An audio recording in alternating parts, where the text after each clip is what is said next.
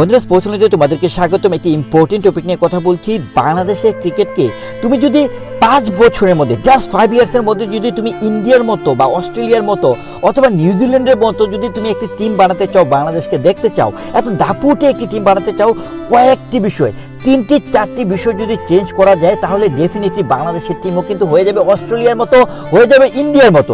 কেন আমি এই কথাটি বললাম, কোন পয়েন্টগুলো আসলে বাংলাদেশের ক্রিকেটে চেঞ্জ করতে হবে বন্ধুরা, এই বিষয়গুলাই এখন আমি তোমাদের সাথে শেয়ার করবো। প্রথমত একটি টাইম ফ্রেম থাকতে হবে। আমাদের যে হেড কোচ বা আমাদের যে ক্রিকেট বোর্ডের প্রধান, এই যে ইম্পর্টেন্ট যে রোলগুলো, এই রোলগুলোতে কিন্তু একটি টাইম ফ্রেম থাকতে হবে যে এই নির্দিষ্ট টাইমের পরে একটি পার্সন আর ওই পজিশনে থাকতে পারবে না। যেমন ইন্ডিয়ার কথা যদি বলে, রাহুল দ্রাবিড়, এত অ্যাচিভমেন্ট ইন্ডিয়ান ক্রিকেটে তার অ্যাজ এ হেড কোচ, কিন্তু তার কিন্তু ফেয়ারওয়েল হয়ে গিয়েছে। ইভেন তুমি খেয়াল করে দেখো, তার কিন্তু লাস্ট ম্যাচ ছিল যেখানে কিনা ট্রফি জেতার পরেও তাকে কিন্তু এক্সটেন্ড করা হয়নি। বিষয়টা এরকম না যে সে তাকে বললে সে থাকবে না, বিষয়টা কিন্তু এরকম না। রবি শাস্ত্রীর কথা যদি বলো, তুমি দেখো সৌরভ গাঙ্গুলি ছিল শাহ, এখন আছে শাহ।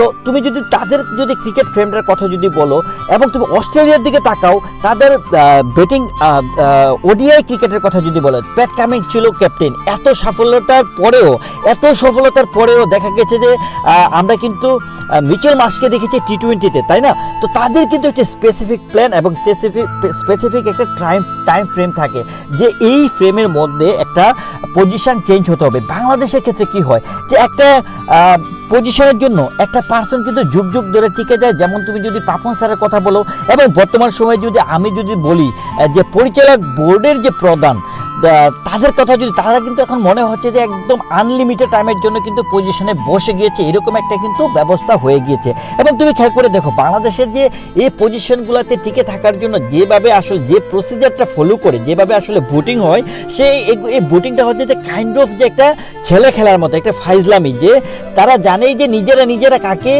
ভোট দিয়ে পাশ করিয়ে বসাতে পারবে। সো কাইন্ড অফ বিষয়টা হচ্ছে যে এখানে ফেয়ার কোনো সিলেকশন হয় না, যে একটা পার্সনকে লম্বা সময় ধরে যেভাবে চেয়ারে বসে আছে সেটা আসলে কোনো প্রপার প্রসিজার না। সো আমরা যদি এই বিষয়টা দিকে খেয়াল করি তাহলে আমাদের ক্রিকেটের উন্নতি হবে নিশ্চিত। এবং আরেকটি বিষয় খুব ইম্পর্টেন্ট, সব থেকে ইম্পর্টেন্ট, সেটা হচ্ছে ডোমেস্টিক ক্রিকেটটা হয়ে গিয়েছে একটা গেমলিংয়ের জায়গা। বাংলাদেশের যদি তুমি ডোমেস্টিক ক্রিকেটটা দেখো, তুমি যে ম্যাচগুলো দেখো, যে আহবাহানি, মোহামেডান, কলাবাগান থেকে শুরু করে যে টিমগুলো আছে, রাসেলের কথা যদি বলো, রাসেল ক্রীড়াচক্রের কথা যদি বলো, সবগুলো টিমের যে আসলে ডোমেস্টিক লেভেলের খেলাগুলো যে হচ্ছে, এগুলো আসলে দেখা যায় যে মোস্ট অফ দ্য টাইম এগুলোতে গেমলিং হয়।